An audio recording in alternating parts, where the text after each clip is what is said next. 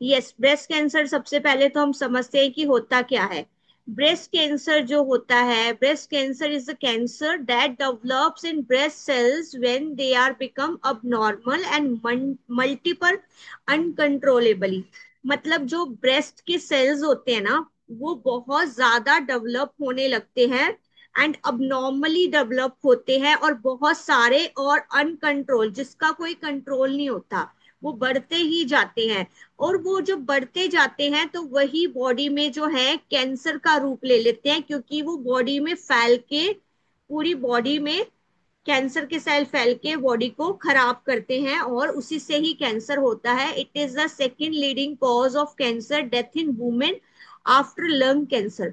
Lung cancer के बाद जो है सबसे ज्यादा, जो अब ज्यादातर लेडीज में पाया जा रहा है, ब्रेस्ट कैंसर है। एंड देयर आर 5 स्टेजेस, इसके 5 स्टेजेस हैं, 5 स्टेजेस हैं in breast cancer, and approximately 41,000 people die of breast cancer each year around the world.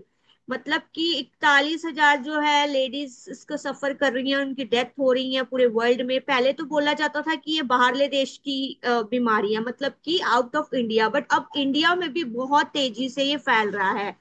और इसके साथ men can get breast cancer too, but it is very rare. ज्यादातर ये ladies में ही होता है, मेंस में बहुत रेयर है। And out of 100 breast cancer, मतलब 100 में से एक किसी पर्सन का डायग्नोज हुआ है कैंसर ब्रेस्ट का, वो भी यूएसए में, इंडिया में अब तक नहीं हुआ। राइट, ये सर्वे के अकॉर्डिंग बताया गया है, ये मैं नहीं कह रही। And often the very first symptom of breast cancer will be a lump in the breast, मतलब कि अपनी छाती में जो होता है गांठ बन जाती है हमारी छाती में। सो गांठ बनना ये सबसे बड़ा सिम्टम है। एंड सबसे बड़ी बात जो है, जो गांठ बनती है ना, वो बिल्कुल भी पेन वाली नहीं होती, पेनलेस होती है।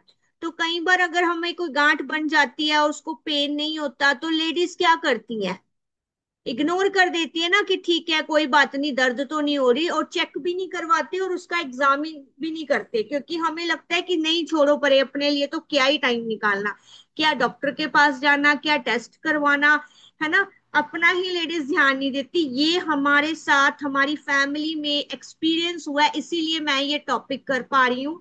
बिकॉज मेरी 3 मासी हैं और तीनों को ब्रेस्ट कैंसर हुआ है।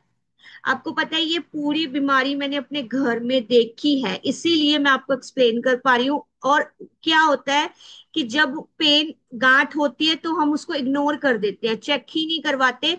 तो उनका भी ऐसा ही हुआ था, चेक ही नहीं करवाई, गांठ थी उनके यहाँ पे, या तो छाती की में होती है और या फिर बाजू के नीचे होती है, कहीं पर भी अंडर आर्म्स में, यहाँ कहीं पर भी जहां मैं बता रही हूँ। तो छोटी सी गांठ थी, तो वो बिल्कुल पेनलेस थी और उनको कोई दिक्कत नहीं हो रही थी उससे।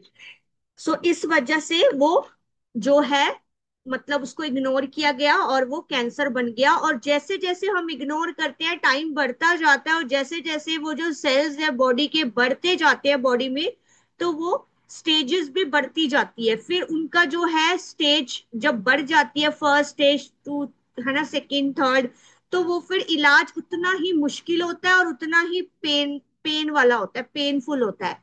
तो इसीलिए खुद की जो है एग्जामिन करनी बहुत जरूरी है। एंड और भी मैं इसके को बताऊंगी। और इसके अलावा ब्लडी डिस्चार्ज होता है निप्पल में से, चेंजेस इन द शेप और टेक्सचर ऑफ निप्पल, और ब्रेस्ट शेप में चेंज होना, एक छोटी होना एक बड़ी होना, है ना, पिंपल हो जाना आसपास, एंड उसमें से ब्लड का या फिर वाटर का डिस्चार्ज होना, जो है ना वाइट वाइट सा। तो ये सब सिम्टम है। एंड द सिम्टम में also including irritation of dimpling of breast skin, breast skin में इरिटेशन होना, गड्ढे गड्ढे हो जाना इन। एंड उसके साथ रेडनेस भी हो सकती है, अनकंफर्ट फील होता है ना। And also can one have no symptom that all but still might acquire breast cancer. कई बार कोई सिम्टम भी नहीं शो होता, फिर भी ब्रेस्ट कैंसर हो जाता है। पता है आपको, कई लोगों को तो पता भी नहीं चलता, कुछ होता भी नहीं है, और एकदम से लास्ट स्टेज पे जाके पता चलता है इनको तो कैंसर था।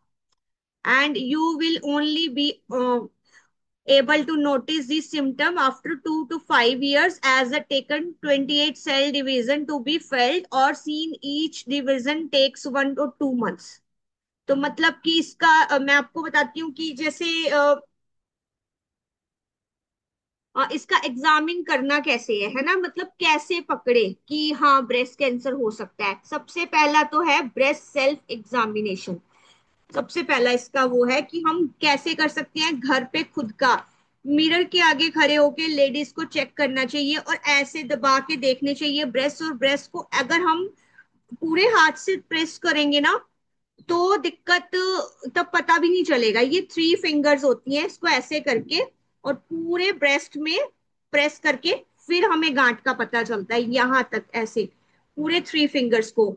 और या फिर हेड को ऐसे करके यहाँ पे पूरे 3 फिंगर्स को आपने इस प्रेस को चेक करना है और दूसरे को करके इस प्रेस को, क्योंकि ये आपने ऊपर जरूर करनी है।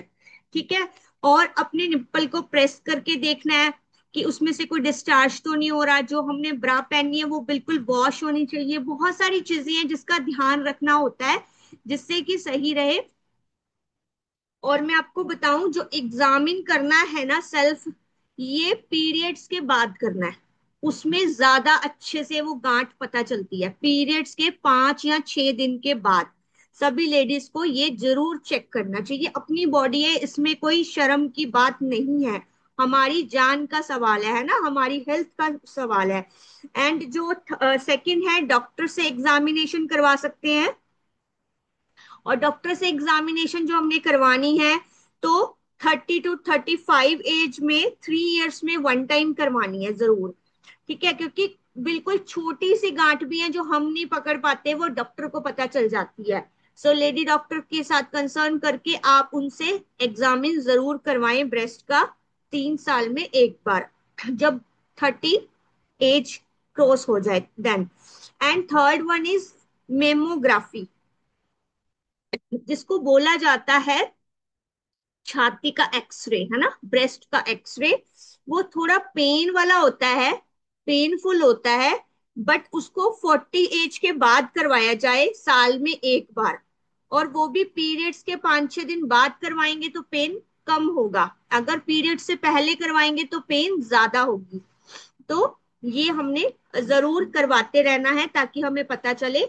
जैसे अभी मैंने पीछे बताया था कि इसके 5 टाइप्स होते हैं ना, 5 स्टेजेस होती हैं। फर्स्ट स्टेज है ductal breast cancer, mix tumour breast cancer, inflammatory breast cancer, ल्यूक्लस breast cancer and lobular breast cancer. ये अलग अलग टाइप के कैंसर होते हैं और इनकी अलग अलग स्टेजेस होती हैं।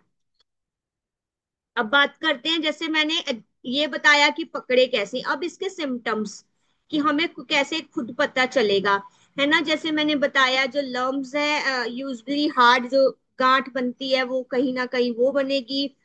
एरिया जो है स्वेल हो जाएगा, छाती का वो वाला पार्ट, चेस्ट ब्रेस्ट का हमारी, राइट। और उसके साथ स्किन जो है वो मोटी हो जाती है। ब्रेस्ट की स्किन बहुत हार्ड और मोटी हो जाती है। स्किन में गड्ढे पड़ने लग जाते हैं, निप्पल के आसपास पपड़ी जमने लगती है, ड्राईनेस होने लगती है, जैसे छिलका उतरने लगता है। निप्पल में डिस्चार्ज होता है।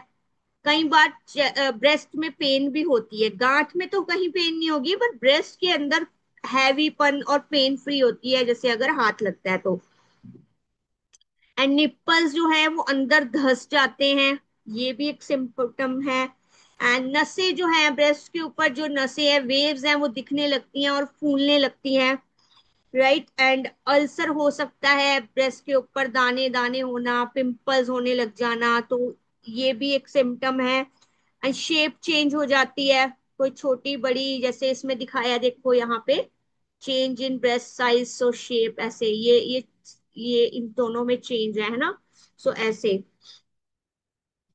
एंड उसके बाद बाजू के नीचे गांठ होना, या कहीं पे आपको अगर हम पिंपल भी समझ लेते हैं, यहाँ यहाँ कहीं पे भी, जैसे मैंने बताया अंडर आर्म्स कहीं पे भी, तो ये भी चेक करवाने की बात है। एंड अभी बात करते हैं causes and risk factor of breast cancer. So family history, देखो फैमिली हिस्ट्री जो है मैं आपको बताऊं, ये पहली बात तो ये कि जो ब्रेस्ट कैंसर है वो कोई ऐसा वायरस या इन्फेक्शन तो नहीं है कि जो हमें कहीं से आ जाए और अंदर चले जाए, है ना।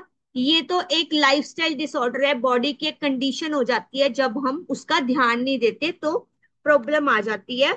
सो जेनेटिक जो है 5 to 10% है, तो सभी रिस्क में है। मैं भी रिस्क में हूं, आप सब भी रिस्क में हो, इसीलिए हम सबको जो है अपनी आपको ध्यान देना बहुत जरूरी है। सो कैंसर जो को जो जैसे बताया सबको है, चाहे वो जेनेटिक में किसी के है चाहे नहीं है। और मैं आपको बताऊं, जो गांव के लोग हैं, जो गांव की लेडीज हैं, उनसे ज्यादा जो रिस्क है वो सिटीज की जो है, शहर की लेडीज को है। ऐसा पता है क्यों? क्योंकि जो गांव का माहौल है वो अलग है, जो शहर का माहौल है वो अलग है।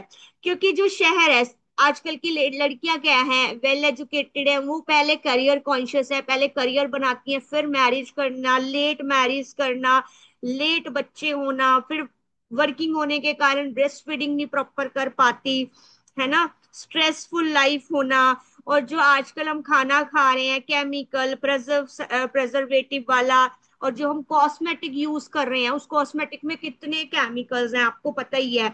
जो सोप लगाते हैं, लोशंस लगाते हैं, शैम्पूज यूज करते हैं, माइक्रोवेव यूज कर रहे हैं, प्लास्टिक की डिब्बी में खाना खा रहे हैं, बोतल में पानी पी रहे हैं, तो ये सभी चीजों में केमिकल्स हमारी बॉडी में जा रहे हैं। आप मानते हो ना, लाइफस्टाइल ही है सारा, नहीं तो बॉडी तो ठीक ही थी, भगवान जी ने बिल्कुल ठीक बनाया था। तो ये सभी चीजों से हमारी बॉडी में इतने केमिकल्स जा रहे हैं, सो जिसको बोला जाता है, जिससे कि हमारी बॉडी में केमिकल रिएक्ट होते हैं, और जिन्हें हम बोलते हैं एंडोक्राइन मिमिकर। ये एक ऐसा केमिकल है जो फीमेल का जो एस्ट्रोजन हार्मोन नामक होता है ना, उसको डिस्टर्ब कर देता है, एंड उसको डिस्टर्ब करने की वजह से कैंसर रिस्क बहुत ज्यादा हो जाता है, और बॉडी के अंदर बहुत सारे मल्टीपल सेल्स बनने लगते हैं इस केमिकल के रिएक्शन होने से। और आजकल कैंसर इसीलिए फैल रहा है बिकॉज हम ये सभी चीजें जो है अपने डेली रूटीन में यूज कर रहे हैं, केमिकल जा रहा है बॉडी में, पेस्टिसाइड जा रहे हैं, कॉस्मेटिक के थ्रू केमिकल जा रहे हैं, है ना। हमारे जो डेली के हम कुछ भी लगाते हैं लोशन, या हम खाना खा रहे हैं, या फिर हम पानी भी प्लास्टिक की बोतल में पी रहे हैं, तो ये सभी चीजों में, तो इसको तो हम कंट्रोल में नहीं है, है ना, खाना भी हमारे कंट्रोल में नहीं है। सो इसीलिए आजकल कोई भी कैंसर हो किसी भी टाइप का, इसीलिए तेजी से फैल रहा है। एंड हम श्योरिटी के साथ तो नहीं बोल सकते किसको होगा किसको नहीं, बस यही है कि हम अपनी तरफ से अपना लाइफस्टाइल जो है वो सही कर सकते हैं।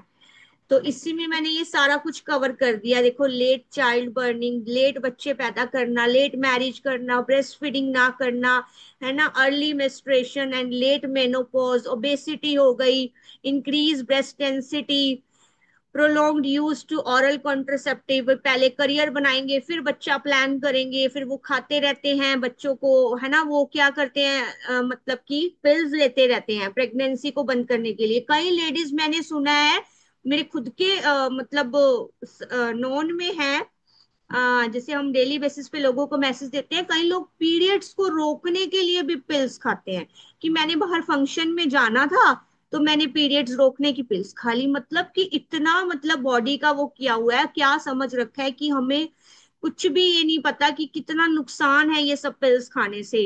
Hormone replacement therapy after menopause ये सब करवा रहे हैं, है ना। तभी तो आजकल प्रेगनेंसी में इतना चैलेंज है लोगों को, इतना ज्यादा कि लोग आईवीएफ की तरफ जा रहे हैं, कितना मतलब टेस्ट ट्यूब बेबी कर रहे हैं, मतलब कितनी तरह से, मतलब आजकल कहते हैं बच्चा पैदा करना भी इतना मुश्किल हो गया है, क्योंकि सब चीजों से, कुदरत से खिलवाड़ किया, अपनी बॉडी से खिलवाड़ किया, ध्यान हम लोग देते नहीं है, जिसकी वजह से प्रॉब्लम आ जाती है।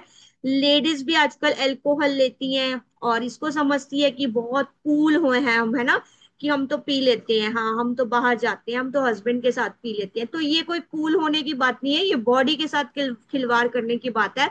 तो बिल्कुल भी अल्कोहल तो लेना ही नहीं चाहिए। तो आजकल सब ओपन हो चुका है, इंडिया हमारा बड़ा एडवांस हो गया है, और लेडीज जो हैं वो खुद को समझती हैं कि ठीक है, हम कौन सा लड़कों से कम है। बट कई चीजों में तो हमें अपने आप को प्रायोरिटी देनी चाहिए, खाने पीने के मामले में, बल्कि और भी बहुत चीजें हैं, नॉन वेजिटेरियन बहुत सारे लोग हैं। अब देखो, जो हम नॉन वेज खा रहे हैं, आपको पता है कि उनको कितने इंजेक्शन्स लगा लगा के पकाया जा रहा है। उनको जो वो है ना, जो मुर्गियां हैं उन पे इंजेक्शन्स लगते हैं, उनको अंडे दिलवाने के लिए उनके हॉर्मोन्स के इंजेक्शन्स लगवाते हैं।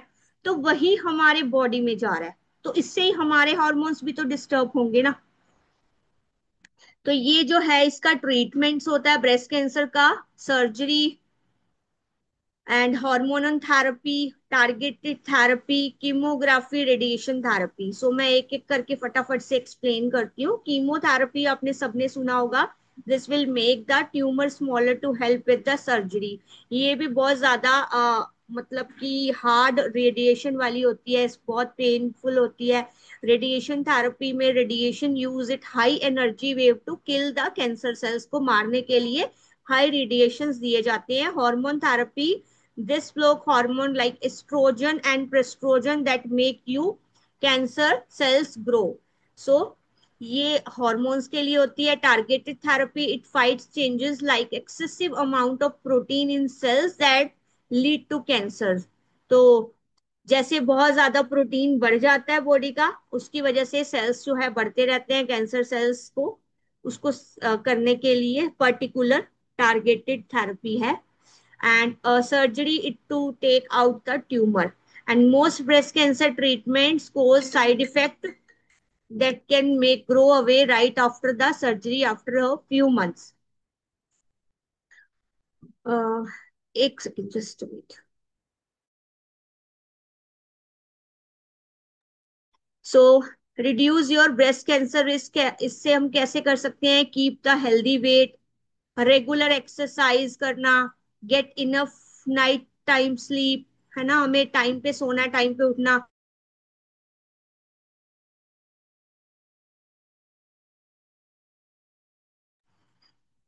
जैसे कि अपने आइडल वेट पे रहो, जहां पे जैसे हम सभी हर्ब लाइफ में इसीलिए आए हैं ना, सबका टारगेट है हेल्थ लेना, वेट मैनेजमेंट। रेगुलर एक्सरसाइज हमारे सुबह शाम करवाई जाती है। गेट इनफ नाइट स्लीप, अब तो स्लीप के लिए भी बहुत अच्छा हमारा स्लीप इनहांस आ चुका है। लिमिट एल्कोहल, मैं तो कहती हूँ कट कर दो, अगर कोई भी लेता है तो बिल्कुल मत लो। मतलब इसका कोई भी अच्छा तो इफेक्ट है ही नहीं, सारे साइड इफेक्ट ही हैं। And breast feeding your babies. And जो ये मिसकंसेप्शन है कि शेप बॉडी की खराब हो जाएगी ब्रेस्ट फीड करने से, तो ऐसा कुछ भी नहीं है। तो ये सब चीजें जो हैं ये सिर्फ बातें